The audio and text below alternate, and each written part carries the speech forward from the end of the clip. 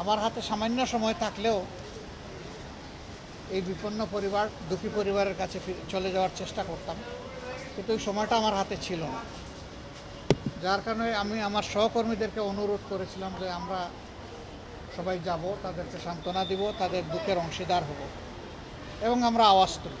ইতিমধ্যে আপনারা দেখেছেন যে এই পাশবিক বা নৃশংস হত্যাকাণ্ডের বিরুদ্ধে আমাদের প্রিয় সংগঠন সোচ্চার প্রতিবাদ করেছে।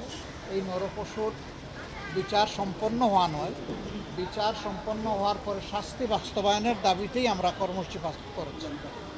আমাদের দাবি একেবারেই স্পষ্ট, যারা এইভাবে আত্মস্বীকৃত দর্শনকারী এবং হত্যাকারী, এদের বিচার লম্বা হওয়া মানেই হলো এদেরকে সহযোগিতা করা, মানেই হলো অন্যায়ের পক্ষে নেওয়া, দুষ্কৃতকারীর পক্ষে নেওয়া।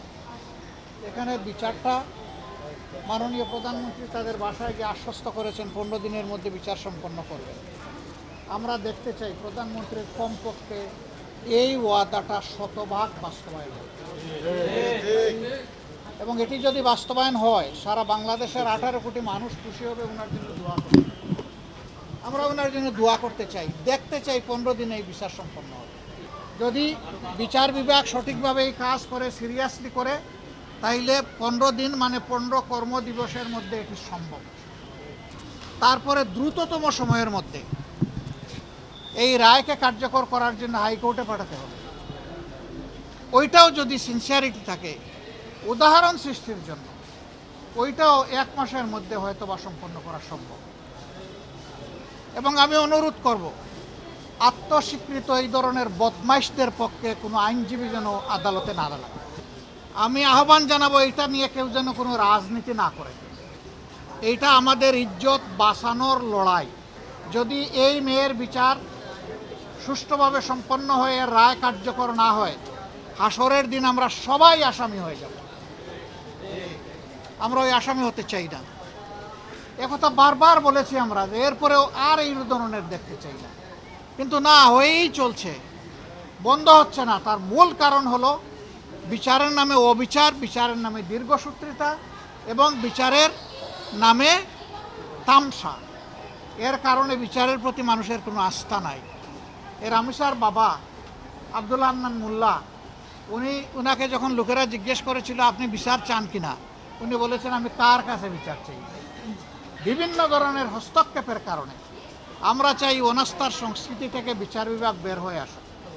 বিচার বিভাগ 100 বার স্বাধীন হোক এবং 100 ভাগ স্বাধীনতা নিয়ে তারা বিচার করুক, ন্যায় বিচার করুক। আমরা ওইটাই দাবি করব।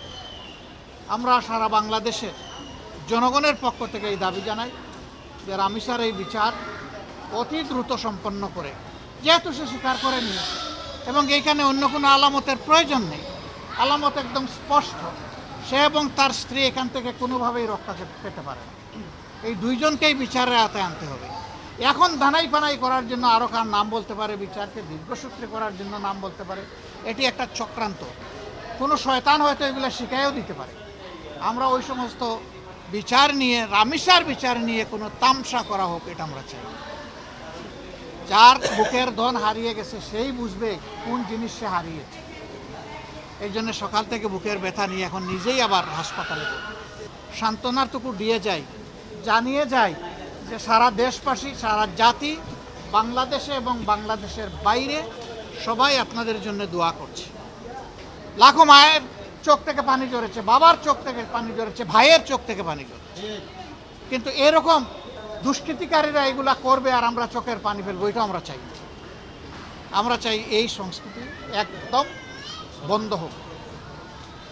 আমি বলবো যে নীরবে শুধু ধিক্কার এবং নিন্দা নয়, আসুন এই ব্যাপারে আমরা সোচ্চার হই, সরব হই।